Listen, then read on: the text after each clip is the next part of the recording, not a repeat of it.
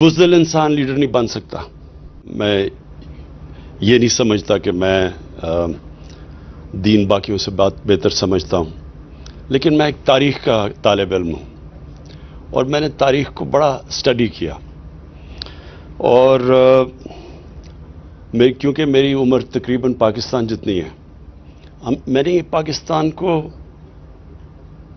مختلف سٹیجز سے گزرتے دیکھا کہ ایک وقت ایسا بھی تھا کہ پاکستان اس سارے خطے میں وہ ملک دیکھا جاتا تھا جو سب سے تیزی سے پروگریس کر رہا ہے، اور پاکستانیوں کی دنیا میں عزت تھی۔ ہمارا پریزیڈنٹ جب 60s میں امریکہ گیا تو امریکن پریزیڈنٹ اس کو ایئرپورٹ پہ ریسیو کرنے آیا۔ اسی پریزیڈنٹ جب انگلینڈ گیا تو اس کو جس طرح کی ویلکم دی گئی برطانیہ کے اندر، کیونکہ ایک ملک کی حیثیت تھی اور لوگ یہ دیکھ رہے تھے کہ یہ ملک بڑی تیزی سے اوپر جا رہا ہے، اور اس کے اوپر پریڈکشنز بھی تھیں۔ ایک کتاب میں مینشن کیا گیا کہ ایشیا کا کیلیفورنیا بننے جا رہا ہے پاکستان، اور پھر ہم نے اس کا زوال بھی دیکھا، نیچے بھی آتے دیکھا۔ اور اسی لیے میری طرح کا آدمی جس کو اللہ سب کچھ دے بیٹھا تھا، جس کا بڑا نام تھا، اس لیے وہ پالیٹکس میں آیا، کیونکہ پالیٹکس میں جتنے لوگ آئے ان کو تو کوئی پہلے نہیں جانتا تھا، ان کی کوئی حیثیت نہیں تھی۔ بعد میں پالیٹکس میں ان کا نام آیا، لیکن مجھے تو سب پہلے جانتے تھے اور اللہ نے سب کچھ دے چکا تھا۔ تو وجہ اس میں آنے کی یہ تھی کہ تب تک ایک اللہ نے جو سب سے بڑا تحفہ دیتا ہے انسان کو، وہ ہے ایمان کا تحفہ۔ کوئی بھی اس سے بڑا تحفہ نہیں ہے، اور وہ جن کو اللہ یہ تحفہ دیتا ہے، تو قرآن میں یہ بھی آیت ہے کہ ایمان والے انسان کو پہچان جائیں گے، کیونکہ جو ایمان والا آدمی ہوتا ہے وہ آزاد ہو جاتا ہے کئی چیزوں سے، جو کہ زنجیریں زمین میں انسان کو روک کے رکھتی ہیں اس کا پوٹینشل اچیو کرنے کے لیے۔ وہ ایمان وہ زنجیریں توڑ دیتا ہے، جس کو علامہ اقبال جب شاہین کہتے ہیں، اقبال کا شاہین، تو وہ زنجیریں توڑ کے اوپر جاتا ہے۔ اور وہ زنجیریں ہیں پیسے کی، پاور کی، یہ جو شہرت کی، ہر قسم کی، ذات کی، ایگو، یہ سب زنجیریں ہیں جو انسان کو، جب اللہ کہتا نا کہ میں نے اس کو سب سے عظیم اپنی مخلوق بنایا، فرشتوں سے بھی اوپر، تو اس کا مطلب یہ کہ انسان میں وہ پوٹینشل ہے جو کسی میں بھی نہیں ہے، لیکن وہ پوٹینشل اچیو کرنے کے لیے انسان کو وہ زنجیریں توڑنی پڑتی ہیں، اور وہ ایمان وہ زنجیریں توڑ دیتا ہے۔ تو تاریخ کا میں طالب علم ہوں، کیونکہ میں نے یہ بڑا سٹڈی کیا کہ وہ کیا جادو ہوا کہ ایک دم، جو ابھی شیخ یاسر نے بتایا کہ 1% صرف مکہ کے لوگ پڑھے لکھے تھے، کوئی حیثیت نہیں تھی، 2 سپر پاورز تھی، پرشین امپائر اور بیزنٹائن امپائر، بڑی پاورز تھی، ان میں کوئی حیثیت نہیں تھی عربوں کی۔ تو وہ کیا تھا کہ وہ دنیا کی انہوں نے امامت کرنی شروع کر دی؟ تو وہ میں نے بڑا سٹڈی کیا، اور اس کے ساتھ پھر میں نے ریلیٹ کیا پاکستان کو، کیونکہ ہمارا تو واحد ملک بنا تھا اسلام کے نام پہ، اور تو کوئی ملک نہیں اسلام کے نام پہ بنا۔ ایران میں ایرانی رہتے تھے، مصر مصری، لیکن یہ تو بنایا ہی گیا تھا اسلام کے لیے۔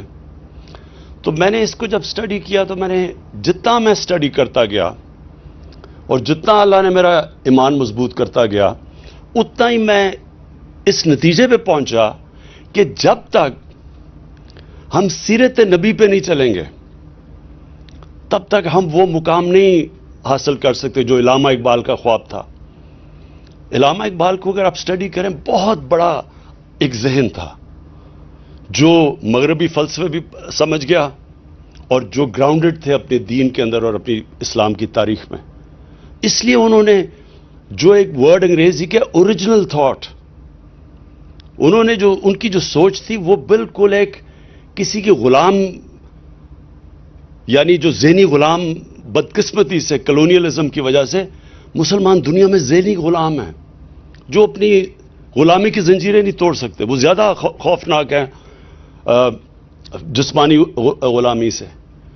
تو علامہ اقبال وہ تھے جو کہ اوریجنل تھاٹ تب دیا جب وہ موازنہ کر بیٹھے کہ یہ مغربی سویلائزیشن کیوں اوپر گیا اور ہمارا کیوں زوال آیا۔ اور پھر انہوں نے شکوہ اور جواب شکوہ میں جواب بھی دیے کہ ہم ایک وقت پہ یہاں تھے اور اب ہم یہاں ہیں، کیوں ہیں؟ تو میں آہستہ آہستہ اس نتیجے پہ پہنچ گیا کہ ہمارا جو سسٹم بن گیا تعلیم کا، وہ ہی ہمارے لیے سب سے بڑی رکاوٹ بن گیا۔ ایک طرف انگلش میڈیم بن گیا جو کہ کلونیل ایجوکیشن سسٹم تھا، وہ ہمارا نہیں تھا۔ دوسری طرف ہم نے اردو میڈیم کر دیا جو نہ تیتر نہ بٹیر رہ گیا۔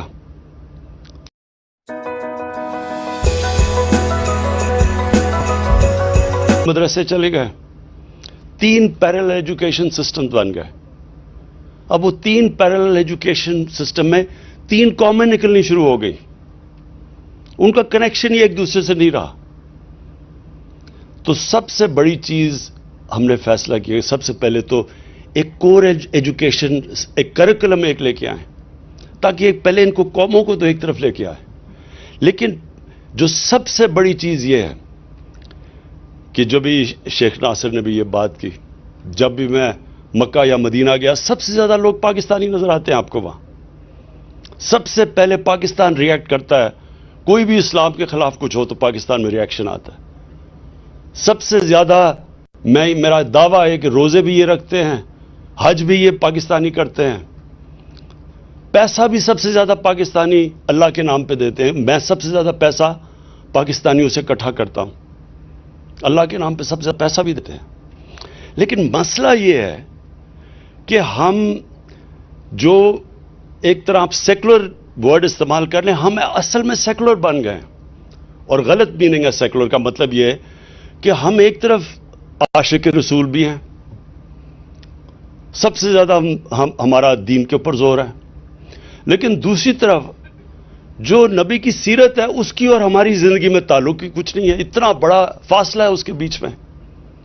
میں نے بار بار ایک چیز، ایک انسیڈنٹ بتاتا ہوں لوگوں کو۔ ڈاکٹر اشفاق، بہت بڑے ڈاکٹر اشفاق احمد خان، میں سمجھتا ہوں پاکستان کے بہت بڑے اسکالر تھے۔ ان کی میں ان سے میں ملتا رہتا تھا، تو انہوں نے مجھے ایک دفعہ یہ اپنی بات بتائی کہ جب وہ چائنا گئے اور چیئرمین ماؤ کو ملنے گئے، تو چیئرمین ماؤ کو بڑا ہیرو ورشپ اس لیے کہ انہوں نے ایک جینوئن ریولوشنری تھے، سب ریولوشنریز ان کی طرف دیکھتے تھے۔ تو کہتا ہے جب میں ان کے پاس گیا تو وہ ان کا ایک دن ہوتا ہے گریٹ بات کا، وہ ینگسی دریا کی تیر کر ادھر جا کے واپس آتے ہیں، تو لائنیں لگی ہوتی ہیں لوگوں کی ہاتھ ملانے کے لیے ان سے۔ تو کہتا میں بھی کھڑا ہو گیا، جب میری باری آئی انہوں نے کہا جی کدھر سے ہو؟ میں نے کہا میں پاکستان سے ہوں۔ تو اس نے کہا کہ وہ گریٹ نیشن، بڑی عظیم قوم ہے پاکستانی۔ بڑا حیران ہوا ڈاکٹر اشفاق۔ تو کہتا ساری لائن لگی ہوئی لوگوں کے پیچھے ادھر کھڑے ہو کے چیئرمین ماؤ نے مجھے ایک واقعہ بتایا کہ ان دنوں میں ایمبیسی کیپٹل کراچی تھا، تو کہتا کراچی کے اندر جو ایمبیسڈر تھا چائنا کا، وہ اس کا پاکستانی چیس پلیئر پارٹنر تھا۔ تو کہتا وہ جو پاکستانی پارٹنر تھا وہ ہر 2 منٹ کے بعد جائے، دوپہر بڑی گرمی تھی، سب سے زیادہ گرمی کا ٹائم تھا، اور جا کے اپنے اوپر سر پہ پانی ڈال کے پھر آ کے چیس کھیلے۔ تو اس نے کہا کیا مسئلہ ہے؟ اس نے کہا میں روزہ رکھا ہوا ہے۔ تو وہ بڑا چائنیز حیران ہوا، کہتا تم چپ کر کے پانی پی لو، کسی کو کیا پتا چلے گا۔ تو جب اس چیئرمین ماؤ کو چائنیز ایمبیسڈر نے یہ بتایا، تو چیئرمین ماؤ نے تب، اب ذرا دیکھیں بڑا ذہن تھا نا، تو اس نے کیا سوچا کہ کیوں یہ عظیم قوم ہے؟ اس نے یہ کہا کہ جو قوم گرمی میں پانی اللہ کے خوف سے نہیں پی سکتی، تو سوچ لیں کہ وہ اللہ کے خوف سے سچ بھی بول سکتی ہے، وہ رشوت بھی نہ لے گی، وہ ٹیکس بھی اپنے پورے دے گی، وہ تو اس قوم کو تو کوئی روک ہی نہیں سکتا۔ یہی تھا مدینہ کی ریاست میں، وہ کیسے عظیم قوم بنی؟ خوف خدا تھا ان کو، وہ اپنے اوپر سیلف اکاؤنٹیبلٹی تھی کہ اللہ دیکھ رہا ہے۔ جس طرح کہ میں کمرے میں جا کے پانی پیوں تو اللہ دیکھ رہا ہے، اسی طرح میں کوئی غلط کام کروں گا اللہ دیکھ رہا ہے۔ وہ قوم کی جو کیریکٹر تھا وہ ایسا تھا کہ صرف مسلمان تاجروں کو انڈونیشیا اور ملیشیا میں کوئی فوج نہیں گئی تھی مسلمانوں کی، ان کے کیریکٹر کی وجہ سے لوگ مسلمان ہو گئے۔ تو میں نے اس نتیجے پہ پہنچا ہوں کہ ہمارا سب سے بڑا مسئلہ یہ ہے کہ ہمارا عظیم قوم کا کیریکٹر نہیں ہے. عظیم قوم بننے کے لیے عظیم کیریکٹر چاہیے. سچ بولنا, سچائی. ایک دفعہ نبی صلی اللہ علیہ وسلم نے کسی نے, ایک قریش آیا, کہتا جی میرا سارا قبیلہ مسلمان ہو گیا, لیکن میری جتنی اس کی عمر ہوگی, میں اس عمر کے اس حصے میں ہوں کہ میں اب عادتیں اپنی نہیں بدل سکتا. تو مجھے کوئی ایک چیز بتائیں کہ میں وہ کر لوں عمل, جس سے میں اپنی عادتیں بھی رکھوں اور مسلمان بھی ہو جاؤں. تو انہوں نے کہا سچ بولا کرو. یہ سچائی بہت بڑا کیریکٹر کا, جو نبی صلی اللہ علیہ وسلم کے نبوت سے پہلے کیریکٹر کی تھی, صادق اور امین, سچ بولنے والے اور انصاف کرنے والے. اس کے اوپر بنتی ہے کیریکٹر کی بنیاد. اور جو لیڈرشپ ہوتی ہے, لیڈر, کوئی بھی لیڈر بن ہی نہیں سکتا, رسپیکٹ کمانڈ کر ہی نہیں سکتا جب تک اس میں یہ دو صفتیں نہ ہوں, سچا آدمی اور انصاف کرنے والا آدمی. تو میں نے اس لیے تب سے سوچا کہ کبھی اللہ نے موقع دیا تو یہ میں نے ضرور کرنا ہے کہ ایک اپنے ملک کے اندر انسٹیٹیوشنز بنانی ہے جو کہ ایک نبی کی سیرت اور ہمارے اعمال کو جوڑے. یہ جب تک جڑیں گے نہیں ہم عظیم قوم نہیں بن سکتے, جڑیں گے نہیں ہم عظیم قوم نہیں بن سکتے. اور یہ ہم وہ بن سکتے اس لیے ہیں کہ اکثریت عاشق رسول ہے. یہ جو سارا خطہ مسلمان ہوا تھا, یہ عاشق رسول نے مسلمان کیا تھا. یہ جو ہمارے بڑے بڑے بزرگ تھے, اولیاء کرام, بابا بلے شاہ, خواجہ معین الدین چشتی, نظام الدین اولیاء, داتا صاحب, میاں میر, بابا فرید گنج شکر, یہ سب عاشق رسول تھے. اور انہوں نے عام انسان کی زبان میں سیرت نبی کا پیغام لے کے گئے. قوالی ایجاد کی گئی صرف اس لیے کہ عام لوگوں کو پیغام دیا جائے ہمارے نبی صلی اللہ علیہ وسلم کا. تو اس لیے دو چیزیں, ایک تو رحمت العالمین اتھارٹی, اس کا کیا مقصد ہے؟ اس کا یہی مقصد ہے اکٹھا کرنا سیرت نبی اور ہمارے اعمال کو. اس کے لیے ہم نے میڈیا کا پورا استعمال کریں گے, ٹیلی ویژن کا, سیریلز کا, جس طرح ترکی سیریل ہے ارتگرل, اپنی تاریخ کا, بچوں کے کارٹونز کا, واٹس ایپ کا. ہم یہ ساری چیزیں استعمال کریں گے لوگوں کو آسان, لوگوں کی زبان میں پیغام دینا کہ کیا سیرت نبی ہے کیا, اور کیوں آپ عظیم قوم نہیں بن سکتے, کیوں ایک انسان عظیم انسان نہیں بن سکتا جب تک اس کے اوپر نہ چلے. جو مدینہ کی ریاست, اس کے اندر جو سب سے بڑی چیز, اگر آپ نوٹس کریں, تاریخ پڑھیں تو اتنے چھوٹے وقفے میں اتنے زیادہ عظیم انسان دنیا کی تاریخ میں نہیں آئے. جو دیکھتے تھے تو عظیم آدمی بن جاتا تھا. کوئی سینٹرل ایشیا نکل گیا, کوئی مصر نکل گیا, کوئی کدھر, کوئی وہ موراکو میں گھوڑے دھڑا دیے اس نے سمندر میں کہ اللہ تیری زمین ختم ہو گئی ہے. ایک سے ایک بڑا عظیم انسان بن گیا. اس یونیورسٹی کے اندر میں چاہتا ہوں کہ یہ ریسرچ کی جائے, بتایا جائے لوگوں کو. یونیورسٹیز بن ہی نہیں سکتی جب تک ان کے اندر ریسرچ نہیں ہوتی. یونیورسٹی تو بنتی ریسرچ سے ہے. ہمارے ملک میں ریسرچ ہی نہیں ہے. کوئی یہ نہیں بتا رہا آج تک کہ وہ کیا کوالٹیز تھی ان لوگوں کی کو جو دنیا کی امامت کر لی. تاریخ میں تو اس کی کوئی مثال ہے ہی نہیں کہ وہ لوگ جن کی حیثیت ہی کوئی نہیں تھی وہ دیکھتے دیکھتے دنیا کی امامت کرنا شروع کر دیا. اور یہی نہیں کہ صرف یہی نہیں کہ انہوں نے فتح کی, سارے سائنٹسٹ ٹاپ مسلمان تھے, کلچرل لیڈرز تھے دنیا کے. دنیا کے تھاٹ لیڈرز ایسے بنے ہیں کہ انہوں نے دنیا کی علم کو لے کے آئے, عربی میں ٹرانسلیشن کی اور ادھر سے پھر تھاٹ ڈیولپ کیا. لیکن سب سے امپورٹنٹ چیز یہ تھی کہ تقریباً سارے جو بڑے بڑے اسکالرز اور سائنسدان تھے سب اسلام کے اسکالرز بھی تھے. دونوں اکٹھے چل رہے تھے. ہمارے سائنس اور اسلام میں کوئی لڑائی نہیں تھی. ہاں ایک بعد میں ضرور چلی ریشنلسٹ اور ان کے اندر جو دوسری دو اسکول آف تھاٹس کے اندر چلا, لیکن آن دا ہول اسکالر بن ہی نہیں سکتے تھے. کوئی بھی پڑھ لیں, البرونی پڑھیں, ابن خلدون پڑھ لیں, ساروں کے اندر ان کا کنیکشن اللہ کے ساتھ تھا. سو وہ کنیکٹڈ تھے. اس وقت جو ضرورت ہے پاکستان میں دو چیزوں کی. ایک کہ ہماری یونیورسٹیز کے اندر ریسرچ کی جائے. سب سے بڑا مسئلہ ہمارا اس وقت ملک میں آیا ہوا ہے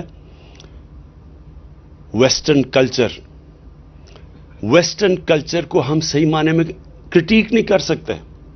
ہم بتا ہی نہیں سکتے اپنے آنے والی نسلوں کو کہ اس کی طاقت کیا ہے, کیا وجہ ہے کہ ویسٹرن کلچر اوپر ٹیکنالوجیکل سائنٹیفک ان میں آگے نکل چکا ہے دنیا سے, لیکن ان کی جو اسپرچل سائڈ ہے اس میں کیا مسئلے آ رہے ہیں ان کے. اسپرچولی وہ نیچے جا رہے ہیں, چرچز بند ہو رہے ہیں. پوپ نے ابھی اسٹیٹمنٹ دی ہے, اس نے کہا Europe has become spiritual barren area, desert, spiritual desert. کیا وجہ ہے؟ دونوں کو, انسان میں جسم بھی ہوتا ہے اور روح بھی ہوتی ہے. انسان دو چیزوں کا بنا ہوتا ہے. آپ صرف جسمانی سائڈ کے اوپر پوری توجہ دیں, امبیلنس آ جاتا ہے انسانوں میں. اور یہی وجہ ہے کہ ہمارے جو یوتھ ہے اس میں کنفیوژن آئی ہوئی ہے اس وقت. ایک تو وہ دیکھتا ہے ویسٹرن کلچر اور ان کی آگے اور ٹیکنالوجیکل پروگریس ہر طرح آگے ہیں, تو وہ ایک دوسری طرف ہمارا دیکھتا ہے اور وہ سمجھتا ہے کہ ہم تو پیچھے رہ گئے ہیں دنیا سے. اور یہ بہت بڑی ٹیمپٹیشن ہوتی ہے جب کوئی معاشرہ پروگریس کرتا ہے اس کو بلائنڈلی کاپی کرنا شروع کر دے. اور وہ اس لیے ہوتا ہے کہ ہمارے ملک میں صحیح معنی میں ہم ریسرچ کر کے اپنی یوتھ کو انفارمڈ چوائسز دینے کا موقع نہیں دے رہے. جب ہم ریسرچ کریں گے, جب ہم بتائیں گے کہ یہ ان کی طاقت ہے, ان کی کمزوری ہے, کیا ان کے مسئلے آئے ہیں, جب ان کی اسپرچویلٹی گری ہے, ان کا فیملی سسٹم میں کیا مسئلہ ہے, خاندانی نظام ان کا نیچے چلا گیا ہے, وہ کتنی 40 سال پہلے ان کا خاندانی نظام کدھر تھا, آج کدھر چلا گیا ہے, اس کے کتنے اثرات ہیں معاشرے میں. یہ یونیورسٹیز کا کام ہے, ریسرچ کریں, بتائیں, آگاہ کریں لوگوں کو. پھر بچوں کے اوپر کیا گزر رہی ہے. موبائل فون, دنیا میں اتنا بڑا چیلنج نہیں آیا جو آج موبائل فون سے آیا ہے. اس کے پازیٹیوز کیا ہیں, کتنا فائدہ ہے, تعلیم اس سے کتنا علم حاصل کر رہے ہیں بچے ینگ ایج پہ, لیکن جو اس کے اندر پورنوگرافک مٹیریل آ رہا ہے اس کے نقصانات کیا ہیں, کیسے کوپ کرنا ہے, بچوں کو ہتھیار کیسے دینے ہیں. یہ جو ایک بالکل نئی ریالٹی آ گئی ہے, آپ یہ بند تو نہیں کر سکتے, سوشل میڈیا کو نہیں بند کر سکتے, آپ روک تو نہیں سکتے ان کو, لیکن آپ اپنے بچوں کو کم از کم بتا تو سکتے ہیں اچھے برے کی, اس کی ایڈوانٹیج کیا ہے, یہ طرز زندگی لوگے تو اس کا یہ نقصانات ہے, اس کے یہ فائدے ہیں. ہم اپنے بچوں کو چوائسز تو دے سکتے ہیں.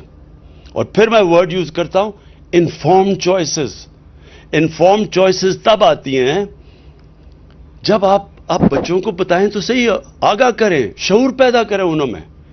اس لیے یہ یونیورسٹیز بڑی امپورٹنٹ ہے. القادر یونیورسٹی کے اندر انشاءاللہ ریسرچ کی جائے گی, انٹرنیشنل اسکالرز کے ساتھ ان کے ساتھ کنیکشنز ہوں گے, جس طرح شیخ ناصر ہے. ڈیبیٹس کروائی جائیں گی. ڈیبیٹس, یہ یاد رکھیں کہ ہمارے ملک میں ایک بہت بڑا ہمیں نقصان پہنچا ہے. ہم اجتہاد ہی نہیں ہونے دیتے.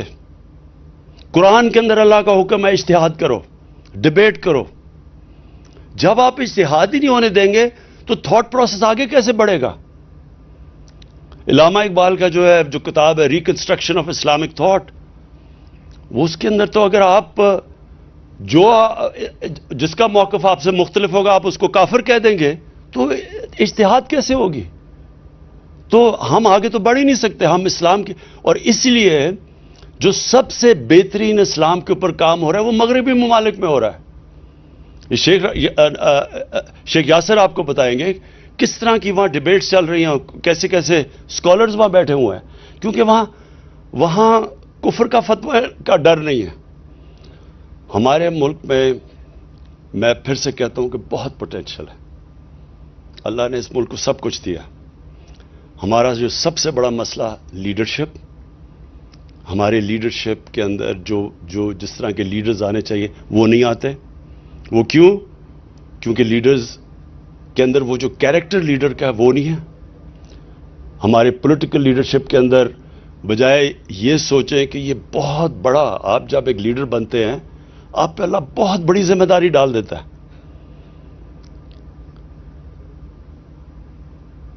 جب ایک لیڈر عوام کی خدمت کرتا ہے، وہ سارے پیغمبروں نے یہ کیا تھا، سارے پیغمبر لیڈر تھے اللہ کے، اور ان سارے پیغمبروں نے انسانوں کو بدلا تھا، خدمت کی تھی، انسانیت کے لیے آئے تھے.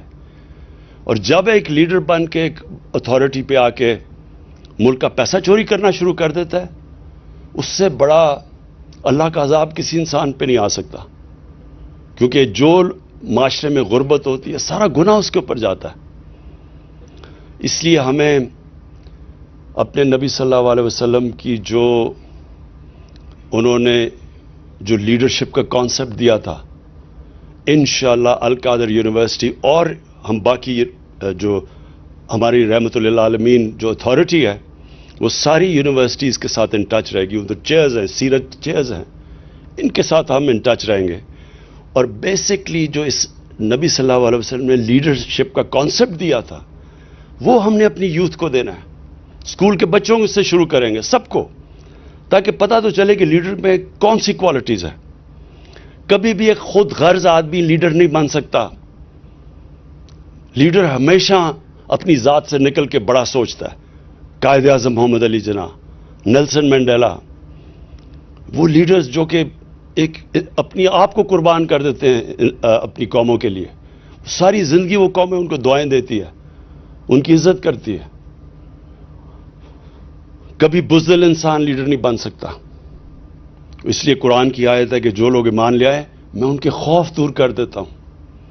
اس لیے وہ جو ایک دم لیڈرز کی بارش ہوئی تھی مدینہ کی ریاست کے بعد، ہمارے نبی صلی اللہ علیہ وسلم کی دنیا سے جانے کے بعد، ایک سے ایک بڑا لیڈر بن گیا تھا. کیونکہ ان کے خوف دور چلے گئے تھے، بڑی سوچ تھی، ان کی ذات سے باہر نکل گئے تھے، اور سچے لوگ تھے اور انصاف کرنے والے لوگ تھے. یہ 4 کوالٹیز ہیں جو بنیاد ہے ایک لیڈر کی، اور یہ ہم نے اپنے بچوں کو پڑھانا شروع کرنا ہے تاکہ ہمارے ملک میں بھی لیڈرز نکلیں. جب وہ ان کو اقتدار ملے تو وہ اپنی قوم کا سوچیں، یہ نہ سوچیں کہ انہوں نے کتنا پیسہ بنانا ہے اور اپنے آپ کو کتنے فائدے پہنچانے ہیں اور اپنی رشتہ داروں اور دوستوں کو اوپر لے کے آنا ہے. میرٹ قائم کرنی. اور وہی مدینہ کی ریاست میں سب سے بڑی چیز اگر آپ دیکھیں میرٹ تھی. جو کوئی ایکسل کرتا تھا وہ بڑے عہدے پہ پہنچ جاتا تھا. اور جو آخر میں یہ چاہتا ہوں کہ ہماری یونیورسٹی سے اس طرح کی اسکالرشپ ہو، اور انشاءاللہ جو ہماری رحمت للعالمین اتھارٹی ہے وہ سارے انٹرنیشنل اسکالرز کے ساتھ ان ٹچ ہے. اور ہماری کوشش یہ ہے کہ آگے سے، اور یہ ہوگا، میں آپ کو پھر بتا رہا ہوں کہ باہر کسی نہ کسی ملک میں وہ ہمارے نبی صلی اللہ علیہ وسلم کی شان میں پھر سے گستاخی کریں گے. لیکن اس بار میں چاہتا ہوں کہ ایک بڑا انٹلیکچوئل ریزنڈ سوچ سمجھ کے قانون دیکھ کے ایک اس طرح کا ہمارے ساتھ ہمارا رسپانس جائے. سارے مسلمان اسکالر سے پہلے کنسلٹ کریں، مسلمان ہیڈز آف اسٹیٹ سے کنسلٹ کر کے ایک وہ رسپانس جائے جو یہ نہ ان کو کہنا پڑ جائے کہ جی جب دیکھیں مسلمان دنیا آزادی رائے کے خلاف ہے.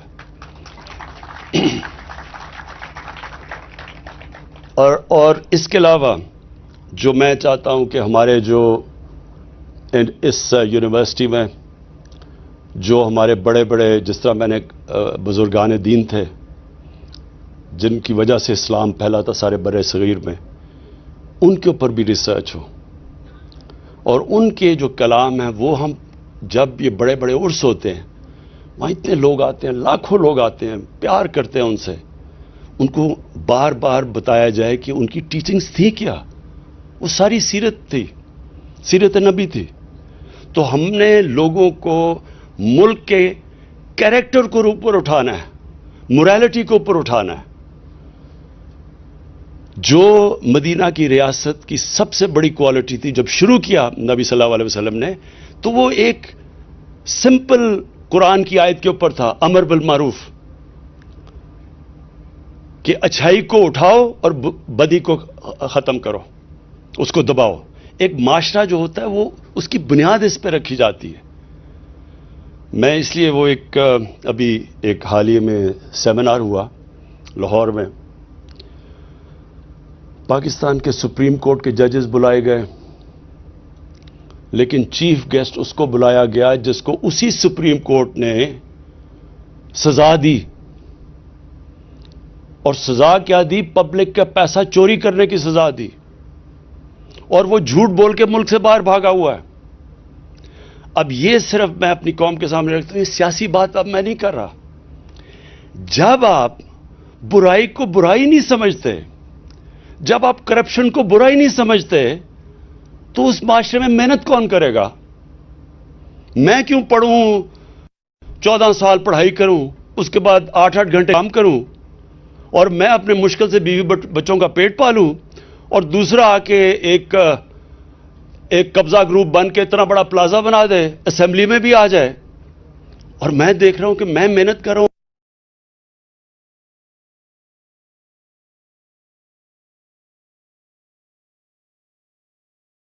اور یہ دیکھو، کوئی محنت کیے بغیر اتنا بڑا، کوئی ماں کے اندر جب آپ کی اخلاقیات تباہ ہو جاتی ہے، آپ کے معاشرے میں سونا نکلے، ہیرے نکلے، جو مرضی نکلے، وہ ریاست نہیں بچ سکتی۔ ایک ریاست جس کی موریلٹی، مورل سٹینڈرڈز ہوتی ہیں، اس کو ایٹم بم بھی تباہ نہیں کر سکتا، جس طرح جاپان تھا، وہ پھر کھڑی ہو جائے گی۔ تو آپ کو ایٹم بم مارنے کی ضرورت ہی نہیں پڑتی اس معاشرے کی جس کی موریلٹی ختم ہو جاتی ہے۔ جب ہم کرپشن کو برا نہیں سمجھتے تو معاشرہ تو تباہ ہو جاتا ہے۔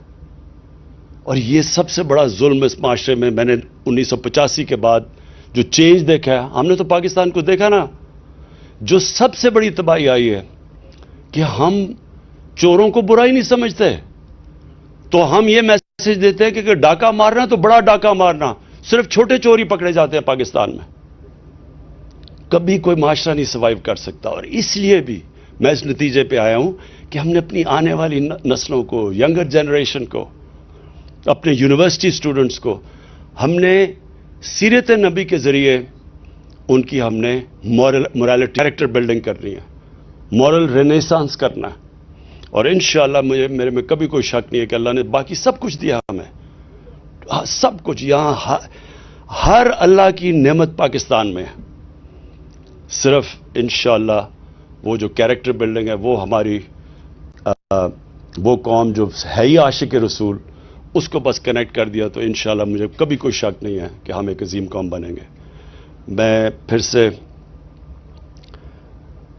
فیکلٹی ہماری جو القادر کی ہے، اسٹوڈنٹس جو پہلا بیچ آیا ہے، میں اب سب کو ویلکم بھی کروں، اور یہ میرا ایمان ہے کہ انشاءاللہ ہمیشہ بڑی بڑی انسٹیٹیوٹس چھوٹی شروع ہوتی ہیں۔